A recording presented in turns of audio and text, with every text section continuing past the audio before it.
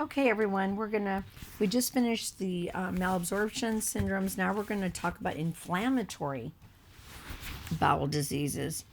Well, the ones obviously that we can't resolve are going to be chronic, relapsing inflammatory bowel disease of unknown origin. It can be caused from genetics, alterations of epithelial barrier functions, immune reactions to intestinal flora, and abnormal T cell responses. Because why aren't they working for us? Why do we have this inflammation? And then we're going to talk about ulcerative colitis versus Crohn's disease and see the difference in the two of those. They're the most common. So, what is ulcerative colitis? It's basically a chronic inflammatory disease that causes ulcerations of the colon and rectal mucosa, and it's basically at the end of the colon. It's from the rectum and to the colon, from the colon to the rectum. Suggested causes from infection, anticolon antibodies for immunologic. It can be from dietary, genetic, again, supported by family studies and identical twin studies. Ulcerative colitis is more frequent in females and Caucasians. Increased incidence of colon cancer also accompanies this. They go hand in hand. So, what are the symptoms? Look at this: diarrhea, bloody stools, and cramping because they have so much diarrhea. 10 to 40 stools a day. Can you imagine? And these poor people, do you think they can leave their house? How could you leave your house? You'd have to have a toilet strapped to you for 40 stools a day. Treatment for ulcerative colitis, very broad spectrum antibiotics and steroids to calm down this inflammatory process. Immunosuppressive agents, same thing. We have to suppress whatever is happening in the colon that's not going correctly for them. And again, increased colon cancer risk is demonstrated with ulcerative colitis. They also, with the symptoms, it's not just diarrhea. They have anorexia, cramping, and wouldn't you suppose a lot of fatigue because they're not hanging on to anything. So, a lot of fatigue. Okay, so then we're going to talk about Crohn's disease and compare the two of them. The difference is Crohn's mimics ulcerative colitis, but instead of just being in the rectum and the colon, it can be anywhere in the entire GI tract. Any part of the GI tract. Much more common to get this one if there is a family history, but this affects all layers of the intestines. Another one, it's an increased cancer risk too. And this one, peak age is 20 to 40-year-olds, very common in Jewish people and Middle Europe origin. They classify this as autoimmune. Why is this happening? Granulomatous colitis, ileocolitis, or regional enteritis, and that because that encompasses all those big words, both small and large intestines. Rarely the rectum, like colitis. All layers of the intestines. Idiopathic inflammatory disorder. They do not know why. And again, it's autoimmune. Why is all of a sudden the body turning on itself? Affects any part of the digestive tract from the mouth to the anus. Both of them do have in common the increase in colon cancer.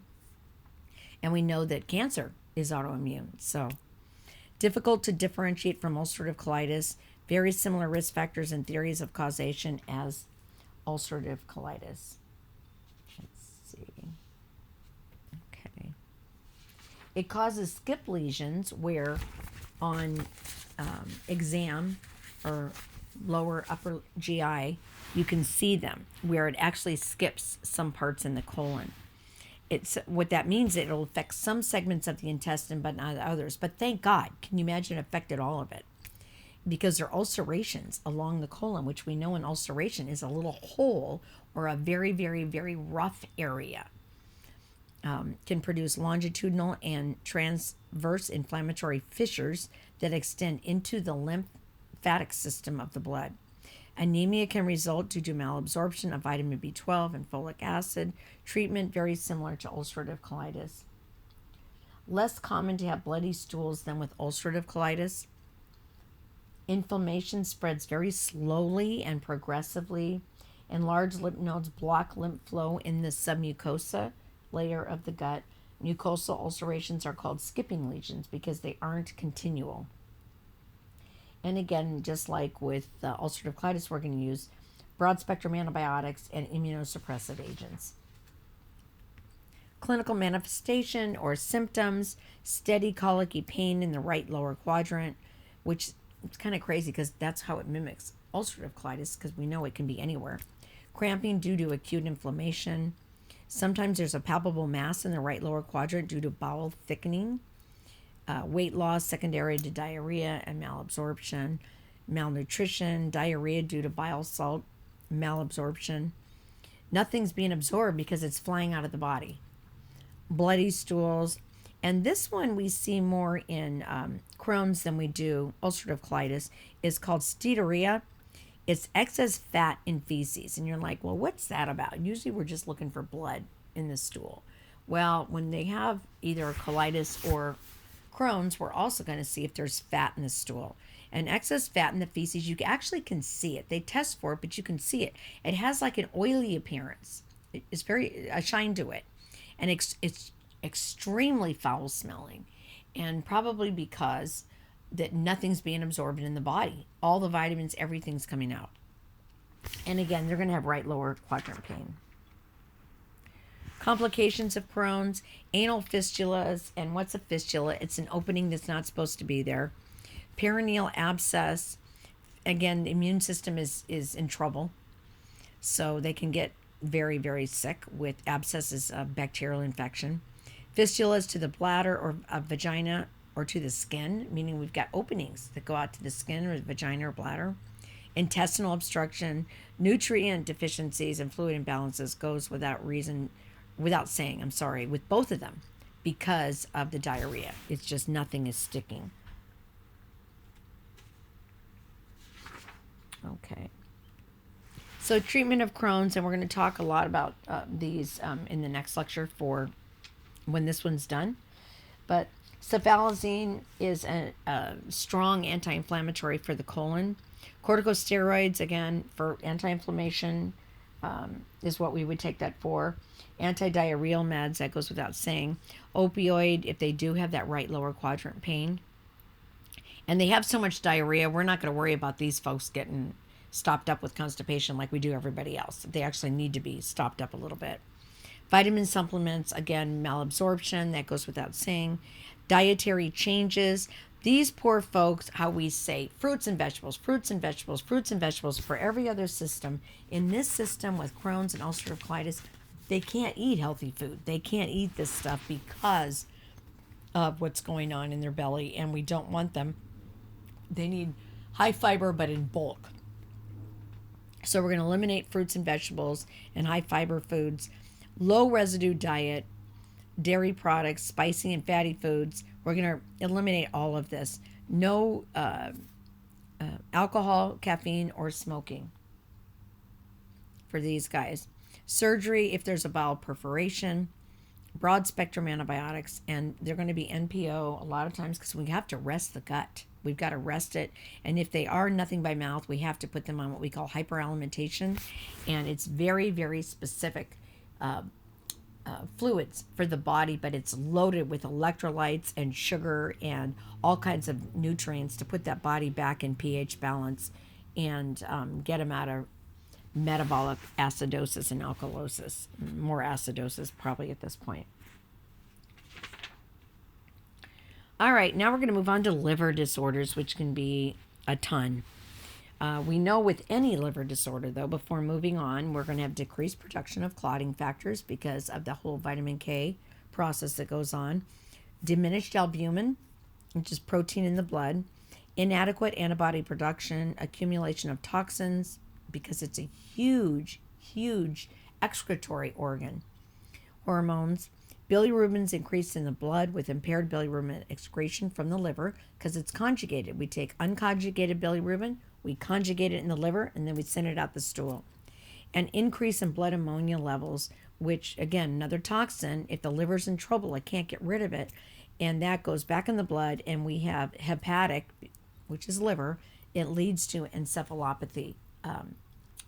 It hurts the brain, pathology in the brain.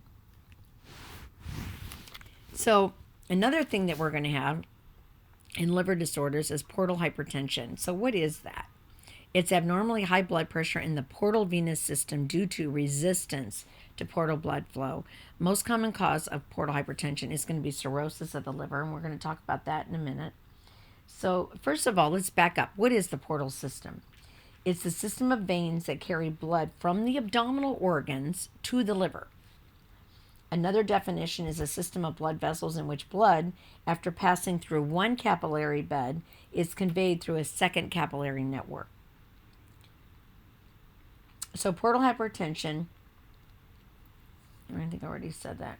Pressure in this system, this abnormally high blood pressure in the portal system, is usually a number is usually 3 mm's of mercury. Portal hypertension is an increase to at least 10. You don't have to know the number. I just want you to know that there's a difference. It's high. It's just like high blood pressure. We have numbers that define it. Portal hypertension is caused by disorders that obstruct or impede, slow down the blood flow through any component of the portal venous system or vena cava. And then you can kind of see intrahepatic or posthepatic. Intrahepatic would be a result from thrombosis, which is a blood clot, inflammation, or fibrosis of the sinusoids, as occurs in cirrhosis of the liver, viral hepatitis, or this schistosomiasis, which is a parasite infection that affects the liver. Posthepatic would occur from a hepatic vein, thrombosis, or cardiac disorders that impair the pumping ability of the right heart. So it's backing up. And remember, the right side of the heart backs up to the rest of the body. This causes blood to back up and increases pressure in the portal system. So portal hypertension, the consequences: varices in lower esophagus. What is a varice? We know we can find them in the esophagus, stomach, and rectum, so all over the GI tract. And a varice is a distended, tortuous collateral vein. So it's not just a straight road of a vein. It's turned and contorted and twisted. We can have splenomegaly, which is an enlarged spleen, ascites, which is fluid in the belly, and hepatic encephalopathy, which is going to hurt the brain. And usually that's from ammonia in the blood that reaches the brain. Here, before we go on, let's talk about treatment of portal hypertension, or a lot of this liver stuff is a low protein diet.